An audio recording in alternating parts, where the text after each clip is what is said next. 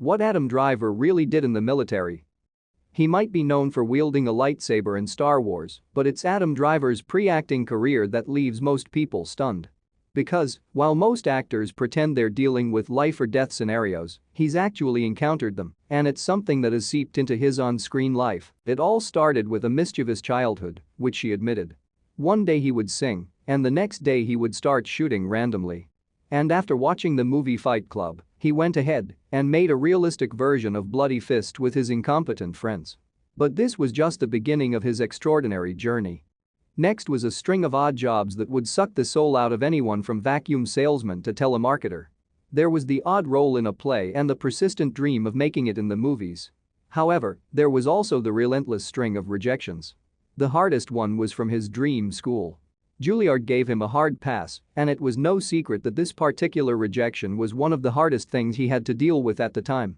Things got so bad, and so many people said no, that he eventually developed an unusual coping mechanism going into any audition.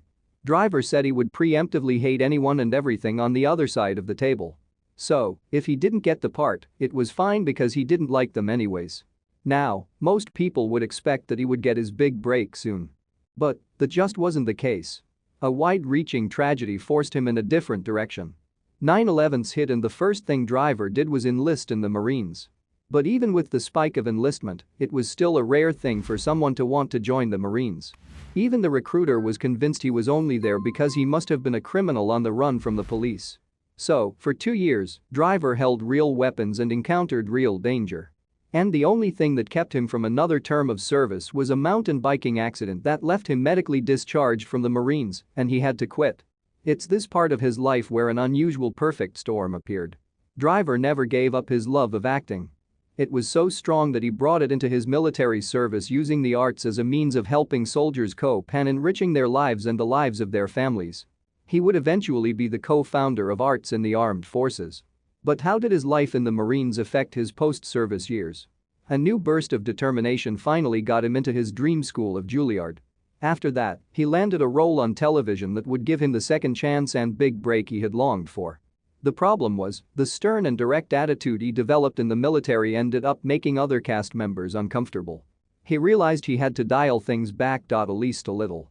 Driver focused his energy and passion for the arts into a special kind of focus that is often confused with method acting. According to Driver, the army made him realize his own mortality and just how much you can accomplish in one day. It would push him to go the distance with his roles. But why does he keep this unique journey on the down low? First, Driver prefers to keep his personal life as private as possible. He also dislikes and distrusts all forms of social media. It wasn't until one particular TED Talk and another actor roundtable show did he finally disclose more details about his military life. The weapons were fun, and the explosives were cool, but it was the camaraderie he loved and missed the most. Self-expression is just as valuable a tool as a rifle on your shoulder. Even his role of Kylo Ren was greatly influenced by this attitude. It made it easy to get back into shape for his shirtless roles. It made the lightsaber training something enjoyable. And leading a grand army, even if it was the dark side, wasn't that far out of his wheelhouse. But as much as he loves his job, there are a couple things he really doesn't like about it. First, he doesn't like green screens. He stays in his character's zone as much as possible, just because it's easier to get going when the director says action. But when he's fighting with a stick in front of a boring backdrop, it's so much harder to picture what's going on. Secondly, Driver hates watching himself on screen. He will only watch when he has to, and even then, he usually is uncomfortable what he sees. Still, he was such a huge Star Wars fan, he made an exception for The Force Awakens. So, the next time you see Driver on screen, you'll know so much more of what's going on behind the scenes. Thank you for watching this fantastic story. Please tap one of the 2 videos on your screen for another amazing Wonder Stories.